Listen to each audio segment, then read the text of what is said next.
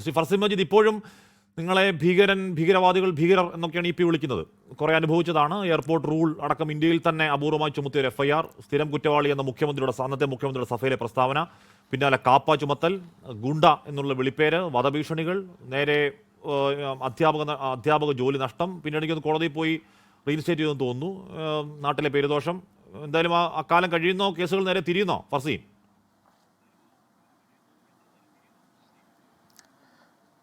ഞാൻ ഏറ്റവും ബഹുമാന്യനായ എൻ്റെ മുൻ MLA കൂടിയായിരുന്നു, രണ്ട് തവണ MLA ആയിരുന്നു. അദ്ദേഹം പറയുന്നത് ഞാൻ ഇവിടെ ഇരുന്ന് ഇങ്ങനെ കേൾക്കുകയായിരുന്നു. ഇന്നത്തെ ദിവസമെന്ന് പറഞ്ഞു കഴിഞ്ഞാൽ ഏറ്റവും എൻ്റെ ജീവിതത്തിനകത്തെ ശരിയാക്കാം ഫർസീൻ, അത് ശരിയാക്കാം. കോൾ ബാക്ക് പോകുന്നു, ശരിയാക്കി കൊടുക്കൂ. വളരെ സുപ്രധാനപ്പെട്ട ഒരു ദിവസമാണ്. കാരണം 4 വർഷമായി നിരന്തരമായി വന്നിരുന്ന ഒരു നിയമ പോരാട്ടത്തിൻ്റെ വളരെ പ്രധാനപ്പെട്ട ഒരു സുപ്രധാന ദിനമാണ് ഇന്നത്തെ ദിനമെന്ന് പറയുന്നത്. കാരണം നേരത്തെ ഹാഷ്മി സൂചിപ്പിച്ചതുപോലെ നിരന്തരമായ വേട്ടയാടലുകൾ, നിരന്തരമായ പീഡനങ്ങൾ, നിരന്തരമായ നിയമ വിഷയങ്ങൾ, അക്രമങ്ങൾ, ഇതൊക്കെ 4 വർഷക്കാലത്തോളം എന്നെയും എൻ്റെ സുഹൃത്തുക്കളെയും ഒരു പ്രതിഷേധം നടത്തിയെന്ന ഒറ്റ കാരണം കൊണ്ട് വേട്ടയാടലുകൾ നടത്തി ഇവർ ഒരു സ്ഥിരം കുറ്റവാളികളാണെന്ന് കേരളത്തിൻ്റെ മുൻ മുഖ്യമന്ത്രി പിണറായി വിജയൻ നിയമസഭയിൽ വെച്ച് പോലും പറഞ്ഞിട്ടും ഞങ്ങൾ ഈ നിയമ പോരാട്ടം വിടാതെ തുടർന്ന് ഈ നിലയിലേക്ക് ഇന്നത്തെ ദിവസത്ത് എത്തിച്ചേർക്കാൻ ഉണ്ടായ സാഹചര്യം എന്ന് പറയുന്നത് ഇദ്ദേഹം, എൻ്റെ മുൻ MLA കൂടിയായിട്ടുള്ള അദ്ദേഹം, ഇന്നും യാഥാർത്ഥ്യത്തിലേക്ക് എത്തിച്ചേർന്നിട്ടില്ല എന്ന ഏറ്റവും സങ്കടകരമായ കാര്യം കൂടി ഞാൻ ഓർത്തെടുക്കാൻ വേണ്ടി ഈ അവസരം വിനിയോഗിക്കുകയാണ്. അദ്ദേഹം ഇപ്പോഴും പറഞ്ഞുകൊണ്ടിരിക്കുന്നത് വിമാനത്തിനകത്തിലെ പ്രതിഷേധം നടത്തി ഇവരൊരു വലിയ കുറ്റവാളികളാണെന്നുള്ളതാണ്. അദ്ദേഹം ഇന്ന് എങ്ങനെയാണ് അദ്ദേഹത്തിൻ്റെ പേരിൽ ഉൾപ്പെടെ ഗൺമാൻ, മുൻ മുഖ്യമന്ത്രിയുടെ ഗൺമാൻ അനിൽ ഉൾപ്പെടെ PA സുനീഷ് ഉൾപ്പെടെയുള്ള പേരിലെ 3 പേരുടെ ഉൾപ്പെടെ ആളുകൾക്ക് എന്തുകൊണ്ടാണ് കേസെടുത്തത് എന്നത് പോലും അദ്ദേഹത്തിന് വ്യക്തമായിട്ട് മനസ്സിലായിട്ടില്ല എന്നുള്ളതാണ് ഞാൻ മനസ്സിലാക്കുന്നത്. കാരണം ഈ 2022 ജൂൺ മാസം 13-ാം തീയതി വിമാനത്തിൽ വെച്ചിട്ട് നേരത്തെ ഹാഷ്മി സൂചിപ്പിച്ചതുപോലെ 2 മുദ്രാവാക്യം, യൂത്ത് കോൺഗ്രസ് സിന്ദാബാദ്, പ്രതിഷേധം എന്ന 2 മുദ്രാവാക്യത്തിൻ്റെ പേരിൽ വലിയ ക്രിമിനലുകളാണ് മുഖ്യമന്ത്രിയെ വധിക്കാൻ വേണ്ടി ചാടി എഴുന്നേറ്റ് വന്നു, ഞാനില്ലെങ്കിൽ മുഖ്യമന്ത്രി അവിടെ കൊല്ലപ്പെടുമായിരുന്നു എന്നാണ് അദ്ദേഹം അന്ന് പോലീസിന് മൊഴി കൊടുത്തതെന്നാണ് ഞാൻ മനസ്സിലാക്കുന്നത്. അതിനുശേഷം ഞങ്ങളെ പ്രതികളാക്കി, ഞങ്ങളെ ആക്രമിച്ചു, മെഡിക്കൽ സർട്ടിഫിക്കറ്റ് ഉൾപ്പെടെ മെഡിക്കൽ കോളേജിനകത്ത് ഞങ്ങൾ അഡ്മിറ്റ് ചെയ്യപ്പെട്ടു. മെഡിക്കൽ കോളേജിനകത്ത് നിന്നും ഞങ്ങളെ പിറ്റേ ദിവസം ഇവർ അറസ്റ്റ് ചെയ്തു. അന്നല്ല, തൊട്ട് പിറ്റേ ദിവസം ജൂൺ 14-ാം തീയതി ഞങ്ങളെ അറസ്റ്റ് ചെയ്ത് തിരുവനന്തപുരത്തെ കോടതിക്കകത്ത് ഹാജരാക്കി ഞങ്ങളെ ജയിലിനകത്തോട്ട് റിമാൻഡ് ചെയ്യപ്പെടുന്ന സാഹചര്യം ഉണ്ടായി. ആ ജയിലിനകത്ത് ഞാൻ എത്തിയ ആ നിമിഷം മുതൽ ആ ജയിലിലെ സൂപ്രണ്ടിന് ഞങ്ങളെ ആക്രമിച്ചത് EP ജയരാജനും, ഞങ്ങളെ ആക്രമിച്ചത് അനിൽകുമാറും, ഞങ്ങളെ ആക്രമിച്ചത് സുനീഷുമാണെന്ന് ഞങ്ങൾ റിട്ടേണായി പരാതി കൊടുത്തു. പക്ഷേ ആ ജയിൽ സൂപ്രണ്ട് അത് വാങ്ങിക്കുവാനോ ആ പരാതി സ്വീകരിക്കുവാനോ തയ്യാറായില്ല.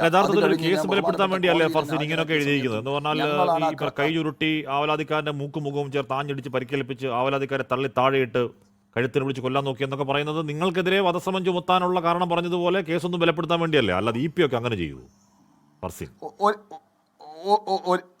ഒരിക്കലുമല്ല. അദ്ദേഹം ചെയ്തു. ഞാൻ പറയുന്നത് അദ്ദേഹം അതിന് തുടക്കം കുറിച്ചു. കൃത്യമായിട്ട് പറയാണ്, അദ്ദേഹം അതിന് തുടക്കം കുറിച്ചു. അതിനുശേഷം മുഖ്യമന്ത്രിയുടെ ഗൺമാൻ അനിൽ എന്നെ ആഞ്ഞടിക്കുന്ന സാഹചര്യമുണ്ടായി. എൻ്റെ പ്രിയപ്പെട്ട സുഹൃത്ത് നവീൻ കുമാറിൻ്റെ മൂക്കിലടിച്ച് അവനെ വിമാനത്തിൻ്റെ നിലത്തിട്ട് ചവിട്ടി ആ രക്തം ആ വിമാനത്തിൻ്റെ ഫ്ലോറിലേക്ക് വീഴുന്ന സാഹചര്യമുണ്ടായി. അപ്പോഴും ഞങ്ങൾ പറയുന്നത് ഞങ്ങൾ ആക്രമിക്കാൻ വന്നവരല്ല എന്ന് അവരോട് പറഞ്ഞിട്ടും അവർ ആഞ്ഞു ചവിട്ടി മർദ്ദിക്കുന്ന സാഹചര്യത്തിൽ നിന്നപ്പോൾ പിന്നെ എന്തിനാണ് ഞങ്ങൾ മെഡിക്കൽ കോളേജിനകത്ത് അഡ്മിറ്റ് ചെയ്യപ്പെട്ടത്? ഞങ്ങൾ എന്തിനാണ് ഒരു ദിവസം മെഡിക്കൽ കോളേജിനകത്ത് ചികിത്സ തേടിയത്? അവിടുത്തെ ഡോക്ടർമാർ സാക്ഷ്യപ്പെടുത്തിയത് എന്തിനായിരുന്നു? ഞങ്ങളുടെ വൂണ്ട് സർട്ടിഫിക്കറ്റ് ആ ഡോക്ടർമാർ എന്തിനായിരുന്നു നൽകിയിട്ടുണ്ടായിരുന്നത്?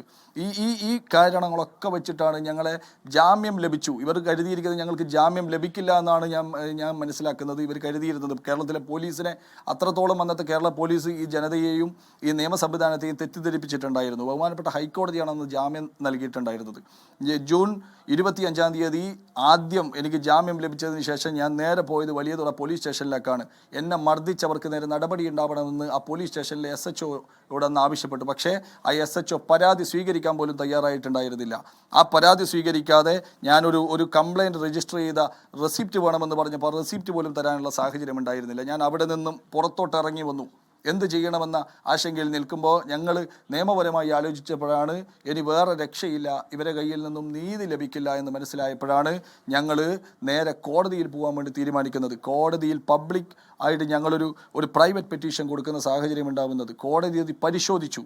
കൃത്യമായി പരിശോധിച്ചതിന് ശേഷം കോടതി ഇപ്പോൾ ബഹുമാനപ്പെട്ട മുൻ LDF കൺവീനർ, ഞങ്ങളുടെ മുൻ MLA കൂടിയായിട്ടുള്ള അദ്ദേഹം EP ജയരാജൻ പറയുന്നത് കേട്ടു, എന്നോടൊന്നും ചോദിച്ചില്ല എന്നുള്ളത്. പക്ഷേ ഞാൻ മനസ്സിലാക്കുന്നത് അദ്ദേഹത്തിൻ്റെ വക്കീൽ കോടതിക്കകത്ത് ഹാജരായി, ഗവൺമെൻറ് വക്കീൽ കോടതിക്കകത്ത് ഹാജരായി, ഇദ്ദേഹം ഒന്നും പ്രതികളല്ല, ഇവരൊന്നും ചെയ്തിട്ടില്ല എന്ന് തെളിവുകൾ നിരത്തി പറഞ്ഞു എന്നാണ് ഞാൻ കോടതിക്കകത്ത് മനസ്സിലാക്കാൻ സാധിക്കുന്നത്. എന്നിട്ട് പോലും കോടതി അതിനകത്ത് ഇവർക്കെതിരെ കേസെടുക്കാൻ പറഞ്ഞു. കോടതിക്കെതിരെ കൂടി പരോക്ഷമായി EP പറയുന്നുണ്ട് നമ്മളോട്. കോടതി എന്ന് പറഞ്ഞാൽ പോലീസ് അല്ല, അങ്ങനെ കേസെടുക്കാനുള്ള കഴിവോ എന്നൊക്കെ കോടതിക്കെതിരെ പരോക്ഷമായി പറഞ്ഞു. ഞാൻ എത്താം ഒറ്റ മിനിറ്റ്.